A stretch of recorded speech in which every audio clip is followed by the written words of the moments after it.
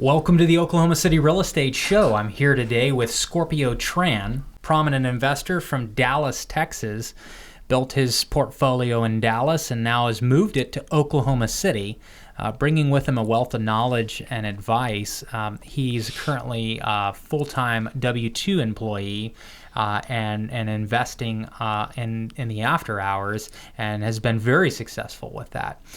Scorpio, tell me a little bit about yourself. Tell the listeners kind of your background and how you have come into this business. Yeah, thank you, Landon, for inviting me to your show. I think this is the second time. So I always enjoy talking to you and share some knowledge to the people and share some of my mistakes through the years. But yeah, I live in Dallas and I invest in Dallas. But I also work full-time, and like everything, this started out as a hobby, but now it turned into a serious business, right? Yeah. When did that, so walk me back to those first steps. What was your first property? My first property was a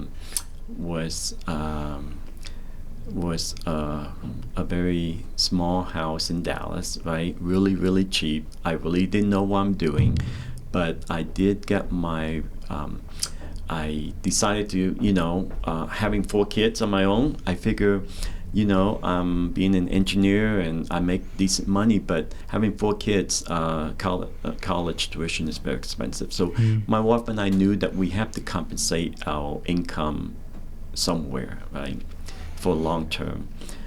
Because we know company don't have you work until 65. That's not going to happen, right? So we know that we have a limit and a time frame of how long we can work. And also we want to be able to drive when we want to quit, right? And so that leads me to real estate as a way to possibly make it happen. And so with my first house, lots of mistakes, right? My wife and I would sleep there, and we would paint all the way to nighttime in the weekend, and we would sleep there with our kids, right? And we would do as much as we can by ourselves without hiring anyone. And that's just very typical of a starting new investor, because you want to cut costs, right? And so, gosh, like I might have told you this story before, but a week before closing, you got people stealing the AC system, right? Twice, by the way, twice. So we have to put a new unit in, and then 2 days before closing, they steal it again. Right? So it was a struggle, and being the first one, you would think that I would give up, right? I would give up, saying this is too much, right? Too much stress, too much pressure, and but no, I mean, luckily I was persistent, knowing that first one I didn't make much, right, because they steal my AC system twice. So I think I netted like $3,000 after 3 months of hard labor, or weekends straight. Wow, right? That was tough on the family. It is, but we somehow make the kids feel comfortable while we do our thing, right? But my wife means very supportive. But at the same time, didn't make much money after 3 months. It makes about $3,000, but that didn't stop me. I think the key really is persistent. Knowing that the path that you're choosing, being in real estate investment, is the right thing to do, and you got to believe that. And it turned out that it was the right thing to do. It was the right, but just being persistent, knowing that it will work. It just takes experience, right? And by making these mistakes, that's part of being experienced. Right? People think that real estate investing as a passive income source, is going to be this, set it and forget it, or find this one deal and it's going to be great and I'll make $50,000 off the flip and all this. And the reality can be quite different. Although it is one of the most income producing assets you can have in the world, the highest return rate consistently, but it takes some work, and I think there is a belief that it's not going to be a lot of work, and you've really emphasized that it is. Now, how hard has it been on your family through this process of learning? I mean, to be honest, the first 3 years it was hard. It was hard on us and the family. But luckily, at the time, the kids are really small. They are 10 and under, right? And so we make it like a sleepover for them, right? Right? So they would pick a room and sleep with a sleeping bag, stuff like that. We try and make it fun for them, but at the same time, we work. Yeah, your back's hurting at the end, too. Yeah. Sure. So... And then you were doing your regular gig at the same time, right? Exactly. Yeah. On the weekdays, right? I would work 8 hours, but we knew, my wife and I totally knew that we have to find a way to support our kids in terms of long-term situation, right? But like everything, it works itself out, right? Later, what I learned as the years go by is that the money that I saved for doing it myself, the 3 months. If I hire a contractor, even though it cost me $5,000 for labor, right? I could have had that thing done in 3 weeks and have it rented, and that rental money would have paid for those contractors. You see it? So as I learned that, I no longer, for the past probably about 8 years now, I haven't held a hammer since then, and that will free me time to do more deals and just hire contracts to do all the jobs. And not only they do faster, but they do better than me, right? Because I'm not a jack of all trades, right? I at the time just trying to save money, but now realizing that you got to hire a contractor to do these things. First of all, they know what they're doing. They know the city code, right? And they do it right, and they do it fast, because that's what they do. How did you go about hiring that first contractor? Yeah. So we're talking about a process. Whoever starts this, you got to know that it's going to be a hit and miss, right? There's no way that you're going to hire your first contractor, the plumber, the roofer, the painters, the plumbers. You're not going to hire the first guy correctly. Meaning you're gonna have to go through growing pain with them, knowing that some of them will not be the right one for you for long term. Someone will cheat you, overbid with you, knowing that you're not experienced in the field. So you're gonna have to go through the growing pain of hit and miss. But the important thing is, when you do find someone, a good painter, a good general contractor, a good plumber, a good roofer, you got to keep them. Take care of them. You got to take care of them. You got to pay them fairly. And by doing that, in return, they're very loyal to you, right? You can ask them for favors, and if something broken, you call them. Instead of weeks, they come right away. So those are the little things, those are the little favor that helps a lot, because most tenant, the correct way, when something is broken, they have to send an email, they have to send a request to the landlord, and sometimes it takes 3 to 5 days to get that address, right? And with me, I just call them up and say, hey, I got a leaking toilet, and they come right away. So those are the benefits that I'm getting from being loyal to them, from treating them right, and it returns many times. What's the time span between when you find the property, and we're going to talk about that in a minute, is how to find that property, but once you find that property and then you renovate that property, what's the average time frame that you're spending in and make readies? Yeah, so if now that I'm experienced, right, depend on the scope of the house, but we're looking at, if we're talking about just a normal renovation, they don't have to level foundation or knock out, 5 walls. We're looking at typically 3 weeks, right? And wow, that's really quick. Yeah, 3 weeks, and that's from the third week is more like tidying up all the dots and cross your T. Make sure, all the painting is touched up and stuff like that to ready for showing, right? But really, the whole project is done about 2.5 weeks. Wow. That's assuming there's no special windows or anything that have to be ordered. Yeah. And most of the planning is, as soon as you got the contract on the house, most of the planning has already been done. And what I mean by that is, you know what flooring you're going to do. You're going to start ordering them. You measure the size of the room and you start ordering them, right? You start ordering the faucet, the backsplash, the countertop. So all that ordering is going to take place, right? And then the date of closing. You make sure that the material is there. So as soon as you close the next day or the next 2 days, you give access to the contractor and let them at it, right? So there is no time wasted just because we're experienced now, right? And because those holding costs can add up. It does because keep in mind, when you rent a house, you go by the month, beginning of the month, right, and the end of the month, because most people move beginning of the month, so you gotta time your repairs to where it needs to be finished the 3rd weeks of the month, so that way you have that 1 week before the new month start to get new tenant, or else you just lost a full month. Does that make sense? Yep. Yeah. So having experience, you find ways and you find techniques and process to reduce your costs, and that's a tip for you. Is that if you run over the next month for a week, well, you just lost that month rent.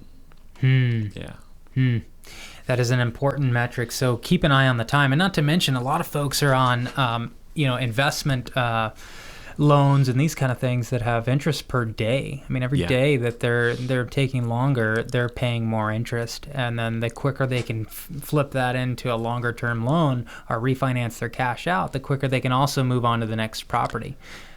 So. Yeah. I mean, you brought up a point, because that's another topic, is that a lot of startup investors, they get hard money lending, and those are very, very expensive. We're talking about it could go up as high as 16%. So that you can imagine the closing cost is probably about 4 points, right? And then on top of that, they want to charge you 16% interest, right? And so that's going to eat up all your return. They're going to eat up all your profit, right?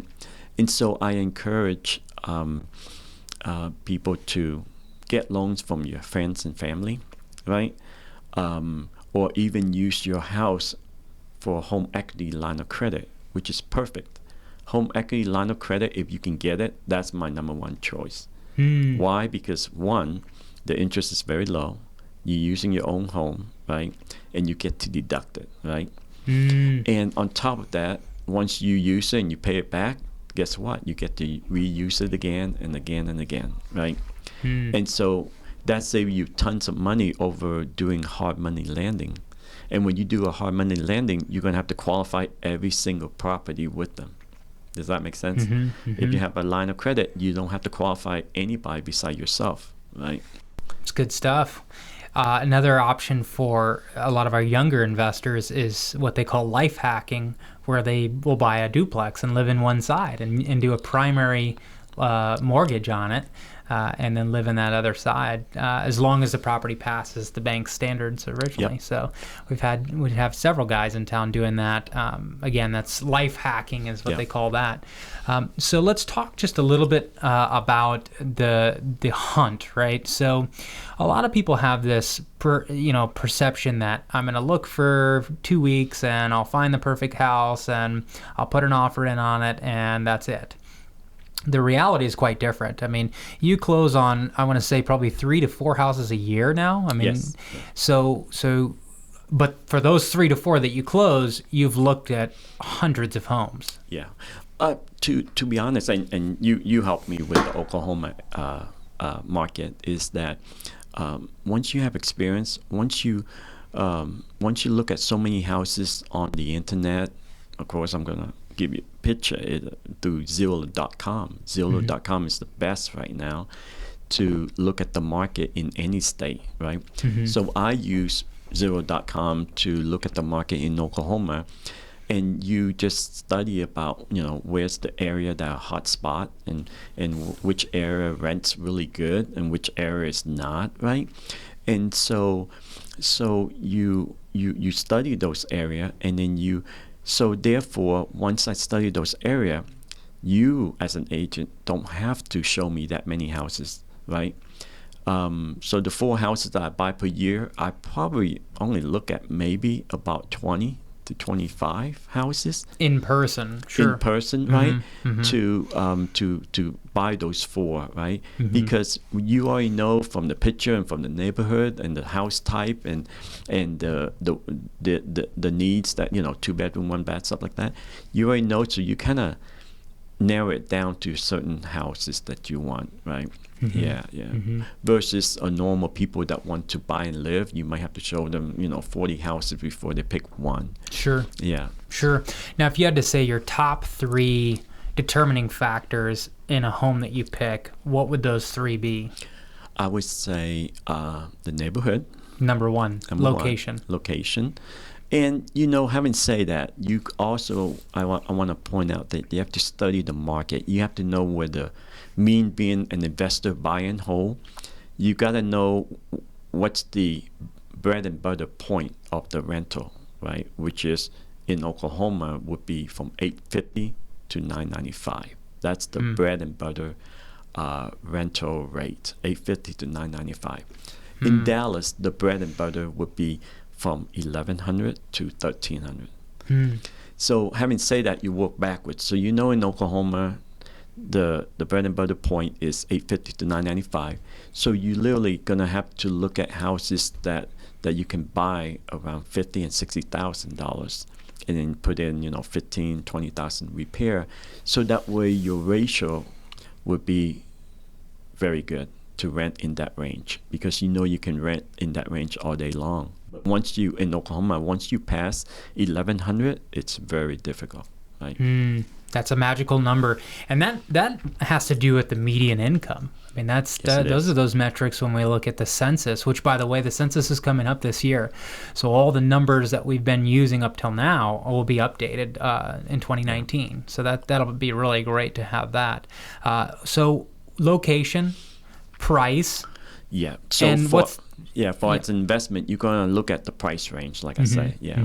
What you can rent it for, and that will determine how much you can bid and where you should look on your pricing. And what about things like, go ahead. I was going to say the third thing I look for is value, right? Value, meaning you don't, as an investor, you don't want to look for a house that's already been done, right? Already been done. For your model, for my model, because once it's been done, that means once I buy it, there is no profit margin anymore, right? I already buy it at a high, right? So the third thing for me is to look for a house that has value, where I can put new paint, new carpet, right, new appliances, and I just increase my value another $20,000. Versus someone already did it, and they add those $20,000 value to the house. Right. Even though as an investor I buy it, I don't have to do anything, but I have no equity. You have essentially constructed your equity in that house. Yes. Yeah. A lot of people confuse the two. Like, they'll look at a market in a neighborhood where there's a lot of renovation going on, and they'll think that that's the same as market equity, like the actual price of the market going up. But that's not the case. That's actually constructed equity, where people have improvements in the house have created equity. And what you're referring to is, I'm going to spend money renovating a house, but I'm going to make that house more valuable than what I've spent renovating that house. Exactly. That's the type of equity that we're talking about here, whereas that's not the same as appreciation over time. Yeah, so that's why as a new investor or even an experienced investor, I would never ever recommend them buy a turnkey investment properties. Yeah, I would never, just because there's no equities in there for you, because you already buy it at a premium. Right, those turnkey properties. So I don't, from my experience anyway, I don't see value in that, other than the value for the people that sold it to you. Sold it to you, and the time of the person. Yes. Maybe maybe they truly don't have time. You know, you think about a W-2 employee that's got kids and that's really just looking to transfer maybe money from a stock over, you know, doing these horizontal moves where they're selling out the stock here and they want to dump it into real estate. Those turnkeys work in those scenarios if the metric is right, if you can rent. Yeah, like you say, the turnkey can work if the ratios is good, right? And we like to stay around that 1%, would you say? No, for me, from my experience, the 1%, I don't want to say it doesn't work, but it leaves no room for errors, right? So if you have to replace a brand new roof, if you have to change the whole HVAC system, you have to fix the foundation, well, all that, it's gone. That 1% rule is you just took a loss that year, right? If any of those happen through the years that you're renting it, well, you are going to be in the red, right? And so for me, I always, in the past 10 years, use the metric instead of the 1%, the 1.5%, right? But I know that during this hot market, right? Right. If I stay at the 1.5%, I won't be able to buy any single house. So I lower my standards to 1.2, 1.3%. And that I can't do it in Dallas. That ratio, I still couldn't find anything. But in Oklahoma, I have a shot. Because Oklahoma is, like you and I talk, it's about, it's years behind Dallas. Right? Sure. It's coming. It's booming. But it's going to take some time. And so right now, I felt that I still can get the 1.2, 1.3 ratio that I needed to first of all, make some profit, make some cash flow, but also have a contingent plan that if something broken, I still can use that fund to fix it and still be in the black. Because, everything always breaks on your rental properties when you're having Christmas, other personal expenses going on in your own life. It always seems to be that way. It's a compounding sense where the tenant always calls and tells you the AC went out when your bill's due for your student education or whatever. It's always amazing that way. As a starting investor, I want to say, tenant does not treat the house like as if it was their own. Even though I always stress I want them to treat it as if it was their home, but it's never that way. They're not going to change the air filter. They're not going to water the foundation around the house as you would like them to do. So they won't take care of the house like you want it to. So things will break down, right? So let's talk about that. So transitioning from, we've talked about how, the top 3 points that you use to find the property. We've also talked about renovating the property. Let's talk about after the renovation. Let's talk about finding and placing a tenant, and then how to treat that tenant once they're in place. Yeah. And I live in Dallas, so I have a process, and I use this process same in Dallas, and I'm using it in Oklahoma too, which is I don't have to be there to show them the house, right? And so let's give an example in Oklahoma. I would put a lockbox at the front of the door. I would put application in the kitchen countertop. I would advertise my rental after everything is repaired and ready to show. I would advertise in Zillow.com for free, right? And put lots of pictures in there, right? And then someone's interest, they will respond from Zillow or call me directly. When I say directly, really, it goes to via my voicemail, right? So you have a separate line. Through Google number. Yeah, okay. Google number. Google Voice. It goes straight to voicemail, and in the voicemail, it will describe a little more about the house. But more importantly, it will allow them to leave you a message when they want to see the house. First of all, they don't have to bother me, right? Every single call. Number two, you can work your other job, sure. Exactly. Number two, I get to screen them, meaning if they're interested, they will leave me a message. If they don't, after they hear everything about the house, that they don't, then they don't need to see it. So it kind of filter in stages, right? And then the one that want to see it, I would call them back, and I would schedule a time with them. And when they come, I give them a combination code. They go in. I told them, when you're finished, call me back and let me know what you think, and scramble the lock, right? And if they're interested, I ask them to take an application with them. They would fill it out, and they would email it to me or text it to me. right? And what I always tell them is it's not about first come, first serve, right? I don't work that way. I give everybody the same chance to view the house. And then after 4 or 5 days, I take all the application, I send it to a background check. And then from the background check, I review and make a decision. So that way, it allows everybody to have the same chance to look at the house, apply for it, and then I would make a decision as a whole. How many people do you typically tour in a house before you rent it? Oh, gosh. With the rental market being so hot today, like the house just renovated at Geraldine, right? One weekend, we got 18 families. Wow. 18 families. Wow. Right. And that's people calling and using the combination box and going through there. Yes. And do you get their driver's license or anything? I mean, what's the security like on that? So not at the beginning. No. Just, and I've been doing this for 11 years this way.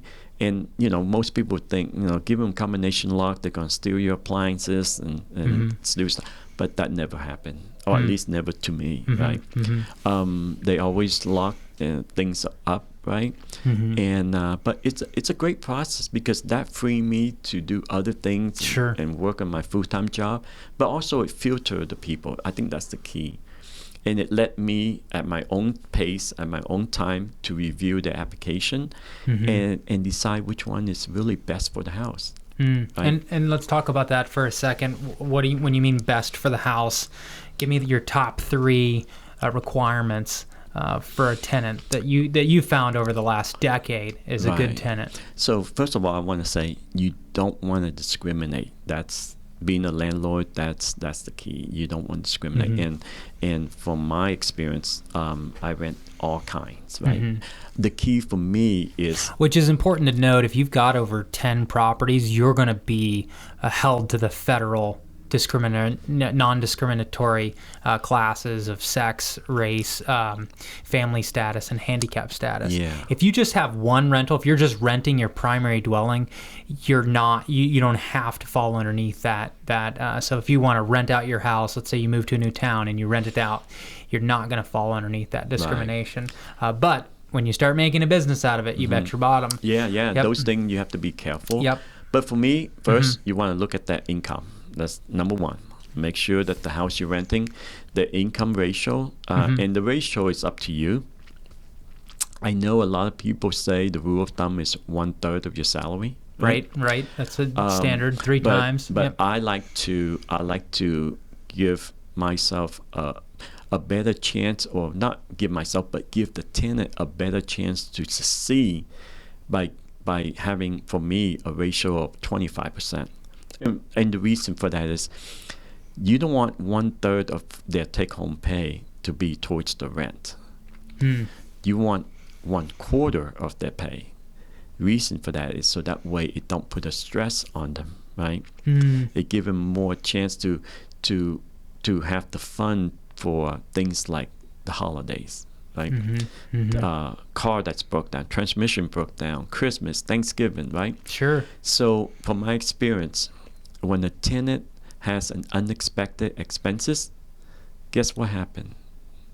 Their rent will be delayed or behind for the rest of the year because they can't catch up, right? So if their transmission blew out and it cost them $3,000, well, that's 2 or 3 months of rent that they didn't expect, right? And so by having my ratio of 25%, that give them a chance to succeed. And succeed meaning be able to sustain their normal living, their entertainment, feeding their kids, stuff like that, and also pay for the rental that will provide shelter for their family, right? And so my ratio is 25%. And you do pretty good at finding that. Yeah. And so by having that ratio, you in return you basically filtered out a lot. You filtered out a lot of people. Sure. Right. And so, but that's good because you don't want to get desperate and trying to rent the house as soon as possible and have a tenant, not necessarily a bad tenant, but they couldn't afford it. Right? Tenant don't know that they can't afford it. right? All they know is they need a house for their family, but they don't know that they really can't afford this house. Gotcha. But they can afford a $7,000. I mean, they don't teach finance classes in school. I mean, nobody teaches this stuff. Exactly. Sure. So it's really up to us to qualify them, but also to help them. Make sure.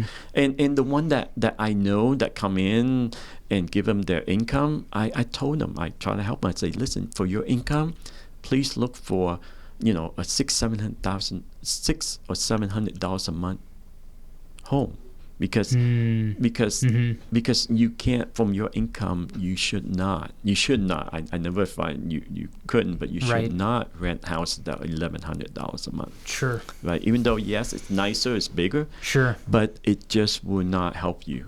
Right. Yeah. Okay, so that's number one is the income that they make. What about that number two? Number two would be very important.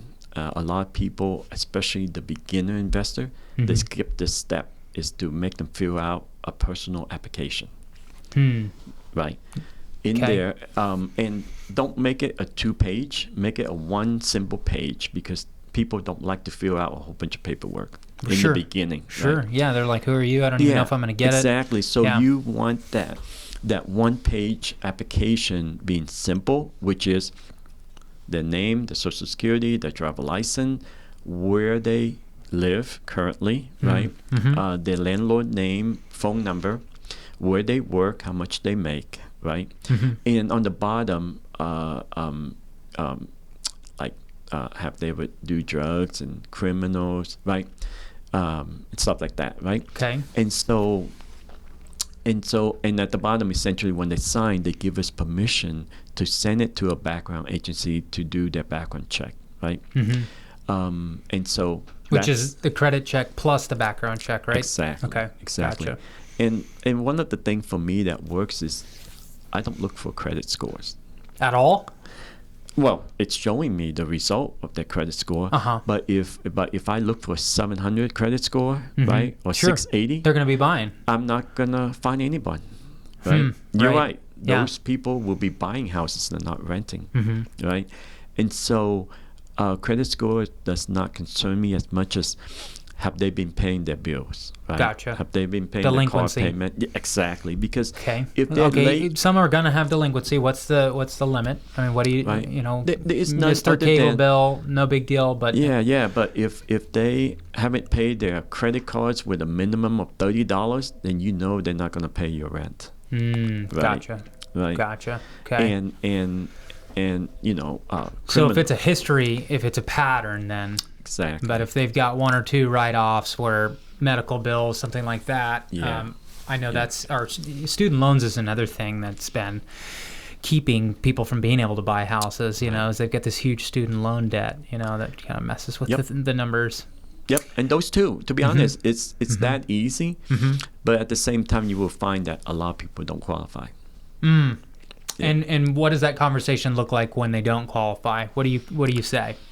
Well, as the law, you have to send them a letter saying that based on your background,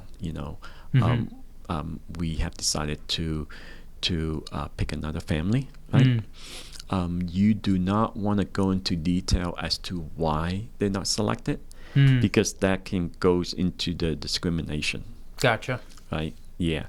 Background, due to your background report. Yes, and then either call them or send them a letter saying that, thank you, and we have decided to pick another family and leave it as that. Because the more you tell them the reason, their income, whatever, right? They lay on their credit card, they're going to try to justify that. And you don't have time for those. Right. So it's thank you, but we've selected another family. Right. Yep. All right. Is there a third big point to evaluating a tenant? For me, would be before they sign a lease with me. This is where I want to get a copy of that driver license, right? Because I want to be able to confirm that the people in the application that do a background check is the person that's going to live there. Okay. Right? And eventually. So I qualify them based on those that I mentioned, but eventually I will come and meet them in person.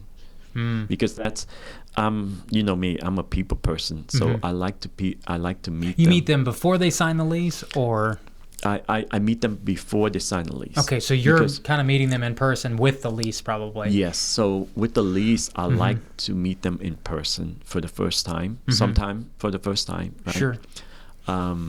Especially in Oklahoma, right? So I would visit. But you know, I also have done signing a contract without even seeing them yet. And that just sometimes you have to work through their schedule. Sometimes we just couldn't get together. But the idea is that I would like to meet them in person, just to meet them and their family, right? Sure. And have that personal investment in the face-to-face. I think people take care of the property a little bit more when you're not a machine, you're a person. That's good stuff. Okay, so we've talked about renovating the property. We've talked about selecting the property. We've talked about placing the tenants in the property. Those are the big three things. And then we've also talked about just the mindset that it's needed in this. One thing we may have forgotten is pets. What's your pet policy? So in general, if you don't allow pet, you just narrow it down a lot of people, a lot of prospect, a lot of tenant, because a lot of tenant has pets. So for me, every property I do allow pets, but only limit to 2, right? What about a weight? A weight class. A lot of apartment complexes limit it to 25 pounds and under, or 35 pounds and under. Yeah. Or so breeds. For me, it's my limitation would be, even though there's 2, limit as to, are they an outside dog, an inside dog, how big they are? Because for an inside dog, you don't want them to be 4 foot high type of dog, right? You want those to be an outside. And then you want like puppies to be inside. You know what I mean? Yeah. So because large dogs, they tend to be very physical. Right. If they're inside dogs. Yeah, it's a lot of weight. Things will break down. So I would. Here's a tip for the new investor: is first you want a non-refundable deposit. Right. The pet deposit. Pet deposit. Okay. For me, it's $250. Okay. But also you want the monthly per pet. For me, it's $15 a pet. Interesting. Right. Okay. And so they have 2 pets. That means it's $30 per month. Right. And so why you do that? Well, one, it's create extra income for you, for one. But also for every year or every month that they have a pet, that means there's a good chance that your things in the house will be, degraded. Will be degraded. Sure. I mean, the the carpet. The doors are just terrible on the doors. Yep. Interesting. Okay. Now, as far as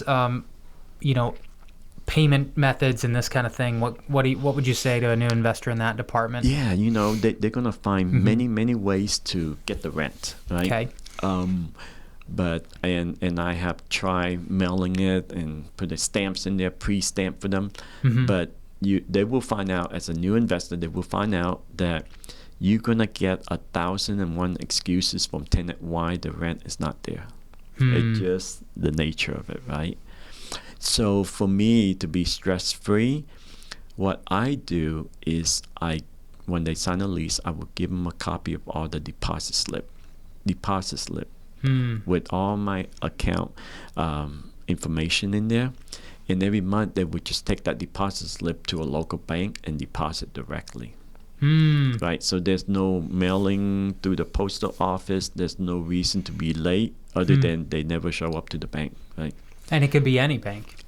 It can be, well, it has to be your bank. So it's the bank that I have, which is, it's a national bank. National bank. Gotcha. Exactly. So by doing that, it eliminates a lot of late rent, a lot of and they excuses. Can pay cash. They can pay cash, which is it's a hard thing when you're a remote investor to take cash. Then so that solves that. If they go to the bank, they can do money order, cash, checks, any means they want. But the key is, I just eliminate 90% of the excuses. Right. Sure. Yeah. So in summary here, we're almost out of time. What would you, for someone who's never invested in Oklahoma City, why is Oklahoma City unique? What are the benefits to Oklahoma City, and what are the downsides? And just kind of a short summary. Yeah, good question. And like I said earlier, Dallas is booming too fast. For a new beginning investor, I wouldn't recommend Dallas. But Oklahoma, if you live in Oklahoma, I can tell you it's a great time to do it because Oklahoma is catching up with Dallas, right? They're not there yet. I think they're about 3 or 4 years behind. So now it's a great time to do it. And also the price purchase that you can buy in Oklahoma, it's great. It's affordable. It's doable, right? And the next question would be barrier to entry is low. Yeah, and you're gonna ask, well, how am I still, even though it's cheap, it's affordable? How are you gonna find the money to do it, right? As a new investor, that's always tough. I recommend is that use your home equity line of credit if you own a home. Borrow a friend, right? Borrow from your parents. And when I say borrow, I'm talking about temporary. Borrow from them. $40,000, $50,000 you need to pay cash for that house. You got to pay cash because when you offer a house these days, it's already competitive. So the minute you pay cash or offer cash, you just give yourself a chance for the seller to take that offer versus for a guy that's going to finance. That might not happen. Are you going to pay a lot more? Yeah. And you pay a lot more, right? So there's a lot of leverage paying cash. And so that's where your profit comes in too, right? And so that's why I do to a new investor. I would recommend them to get those stuff ready, get those finance ready, right? Don't go to hard money lending unless you ran out of option, right? Because the minute you hit the hard money lending, all your profit will be eaten through that, right? And if there's a lot of different ways to, I've even heard of people renovating on credit cards and then refinancing and paying those back. That's obviously a more dangerous way, but also the life that we live, we always think, it's happening so fast, but in reality, if you just dedicate the next couple years to putting money aside to save for your investment fund, you'd be surprised how quickly you can get into the game by just saying, you know what, I want to do this. Maybe I can't do this year. Maybe I can do it next year or the year after. And just doing that time now to start your investment process it's a great step forward. So yeah, Landon, like I say at the beginning, is that first one is always the hardest one. That's right. But once you did the first one, even though it's very, very hard, you learn a lot, you make a lot of mistakes, but if you keep going, it gets easier. I promise you, it gets easier, and and you will start enjoying the business, right? Questions, comments, concerns, you can email them at landon@okcreal.com. You can also check out our site at okcrealestateshow.com. There's a comment box at the bottom. We'd love to hear your questions, comments. You want to hear something specific on the show, you can fill it out there. Again, that's okcrealestateshow.com. Scorpio, it's been a pleasure having you on the show today. I always enjoy it. Thank you for having me.